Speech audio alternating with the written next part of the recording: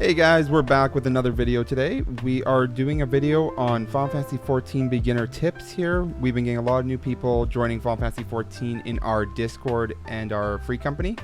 We've been getting a lot of questions and we figured we would just do a quick video to get some tips out there for you. Yeah, so we're going to be covering grand companies, retainers, tombstones, gear. So basically, let's get to it. Alright, so we're going to talk about grand companies. We have 3 of them, which is Adders, Flames, and Maelstrom. Grand companies start at level 20 by completing main scenario quests accompany you keep. They're not that big of a deal, but I'm going to tell you a little about what your choice affects and what you should consider when picking between the 3 grand companies. Now, differences are their stories, quests, glamours, and the different cities where they're located. You are able to switch whenever you want to. You can switch once every 15 days by speaking to the personal officer of the faction you wish to join. First time's free, but after that it's going to cost 50,000 gil. Now, how convenient is it to get to the headquarters? You're going to be visiting this place a lot. I would say the Maelstrom does not have the greatest location compared to Adder's Nest and the Hall of Flames. Of course, if you decide on one of these 3 cities for your home Aethernet and you spend a lot of time there anyways, that may sway you in one direction. It also depends on where you enjoy being. Maybe you really love the aesthetic of New Gridania. These are all things to consider. Now, one of the most noticeable differences between grand companies is what sort of gear or clothing you can buy from the vendor there. Of course, this is not available from the very start, but as you rank up, you're going to have more access for more pieces of gear with signature styles of your company. Now, for PvP, you can always queue for frontline PvP matches as a member of your current grand company, or you can also pick frontline freelancer option in the Dewey Finder and be placed in a random company as needed.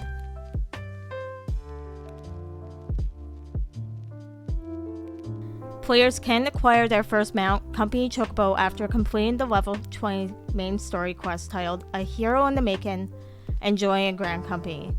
Players must also complete the quest My Little Chocobo given by an NPC located with their grand company building.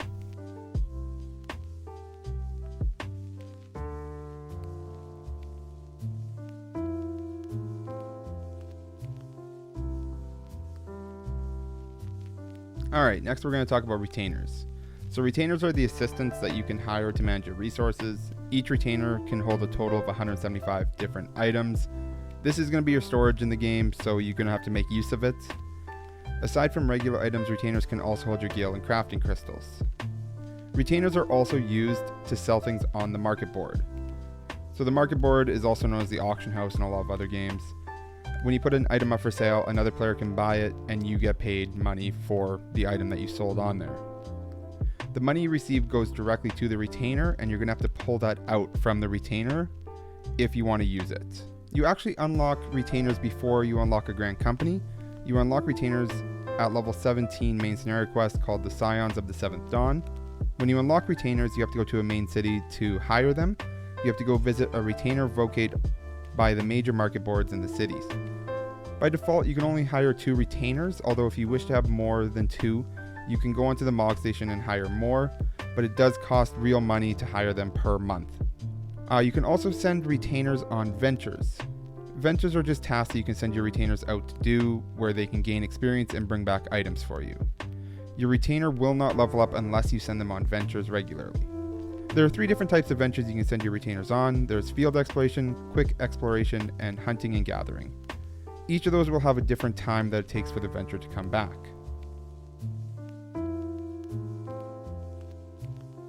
Tombstones are a form of currency to acquire gear and weapons. You will receive these from dungeons and duties. You'll also gain extra tombstones for new player bonus, so if you or another player has not completed the duty or trial. Now, primary poetic vendors are Oriana and Revenant's Toll in Mordana, which will sell Ironworks gear. This is level 50. I level 120, which you can upgrade to 130. Hismena in Isleshire, which will sell Shire gear. This is level 60. I level 260, which you can upgrade to 270. And then Ralgar's Reach, which will sell Scavian gear. This is level 70. I level 390, which you can upgrade to 400. And Amark and Yulmore, which will actually sell 2 different sets of gear. First, Crystarium, level 80. I level 490. This can upgrade to 500. Second, Crypt Lurker, level 80, eye level 490, and this can upgrade to 530.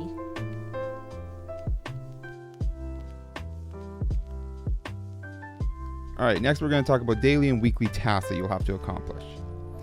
So first off, we're going to talk about the daily roulettes, which is going to be your level 80, level 50, 60, 70, leveling, trials, main scenario, guild heist, alliance raid, normal raid, and frontline PvP. You can do these once per day to get your daily bonus on them. They'll give you big amounts of experience, plus you'll get extra tombstones for doing them per day. A weekly task will be your Wondrous Tales. You'll unlock this after you finish Heaven's Ward. You'll get a book, and you just have to collect stamps by doing the certain things in there. And if you get a line, you get bonus rewards. If you get 3 lines, you get even more stuff. Tombstone caps will be your next thing. Every week you can top up and fill your tombstones. Usually they start with 450 when the tombstones are new, and then they move them to 900. These are the tombstones that'll get you the best gear at the time. So you'll usually want to cap them so you can maximize your eye level. You get these from doing daily runs, so when you're on a max level character and you run any of your roulettes, you will get tombstones for that. Another daily and weekly task will be at your gold saucer. So daily you can go there and you can do the mini cactpot. These are just little scratch and win tickets that you can get extra MGP from. And then weekly you can do the large cactpot. So these are just little lottery systems where you pick 4 numbers, and if they draw those 4 numbers, you win. There will also be supply and provisioning missions that you can do weekly and daily for your gatherers and crafters. This will gain you extra experience to help you level up a little bit quicker. And it's just usually handing over 1 item of something and you get that experience. Next is Beast Tribes. These you'll get 12 tokens per day, which are shared across all the expansions. There's going to be a bunch of different Beast Tribes per expansion, and you can level them up and rank up with them, which will get you new items and better stuff from them. Each one will give you a mount if you get to a certain rank with them, so they're usually worth doing per day if you can. And if you can get all of them to max, you do get an extra quest, which will give you a bonus emote from each expansion. Class and job progressions. Each class will have a quest every 5 levels for A Realm Reborn. After this, it will be every 2 levels. Doing these will get you new skills and new gear. At level 30 for starting jobs, you'll do a quest to unlock your soul crystal. For A Realm Reborn, you have Tank, so Marauder becomes Warrior, Gladiator becomes Paladin, Healer, Conjurer becomes White Mage, Arcanist becomes Scholar. DPS, you have Arcanist again, which becomes Summoner, Pugilist becomes Monk, Lancer becomes Dragoon, Archer becomes Bard, and Rogue, which you do need to be level 10 for, becomes Ninja. With the expansions, you will not need to unlock a soul crystal, you will automatically receive one. In Heaven's Ward, you have Dark Knight, Astrologian, and Machinist. Stormblood, you have Samurai and Red Mage, and Shadowbringers, you have Gunbreaker and Dancer. You do also have a limited class, which is Blue Mage. Alright, so now we're going to talk about Glamour. So Glamour is pretty much the true endgame of Final Fantasy XIV. So let's kind of go through how it works a little bit. In-game, you're going to unlock something called the Glamour Chest and the Armoire. So the Glamour Chest is how you're going to set up your Glamour plates, which is an easy way to apply it to your character so you can change the look on the go. The Glamour Chest is where you deposit kind of any item you want or you like the look of. The Armoire is where you deposit more of your special items. So this is where you're going to deposit like your quest rewards and your event rewards. So stuff that you can only get kind of once in the game. They don't really have stats. You just put it in there. The Glamour Dresser is fairly easy. There is a little bit of hindrances with it as it does have a limit to how much you can put in there. So you can't just put every item in there and unlock it. You have to be a little bit more choosy about what you want in there and what you're going to use. You can also change your hair as you go throughout the game. You just have to unlock it by doing a quest. So the quest is going to be located in Limsa Lominsa Upper Decks, and it's called Beauty is Only Scalp Deep. It's a level 15 quest, and once you do that, you will be able to use the bell to unlock the Estician. And this is where you can edit your hair and redo some of your features. So a lot of people have been asking which side quests are worth doing. Usually, we only recommend doing the main scenario quests and the quests that kind of have a plus on it. When you see these ones, that means it's going to unlock a feature or a dungeon or something in the game for you. The ones without that are just basic side quests, and they don't really ever give enough of a reward to make them worth doing most of the time. So we kind of stay away from those, and I don't really do those ones. I just do the pluses, unlock my dungeons, unlock my trials, and I do the main scenario to keep the game progressing. Story quests are generally always a priority because they will keep you leveled up and they will keep you progressing through the game so you can get to end game content. If you don't do the story, you just can't unlock end game content unless you pay for a story skip, which is on the Mog Station, and a character skip on the Mog Station as well. We generally don't recommend these for newer players as they will cause it to be very confusing for you to jump into hard content without even knowing what you're doing or knowing how your class works.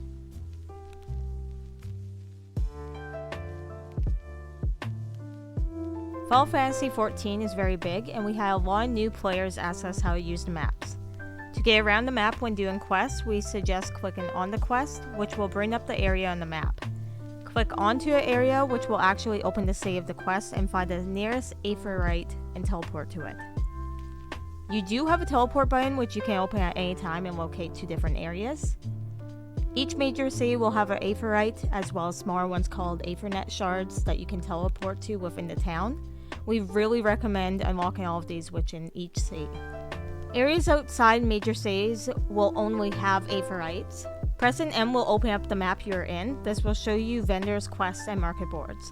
You can press on the display region button where you can see a more detailed map of your region. If you click on the world map button, you can also see every area.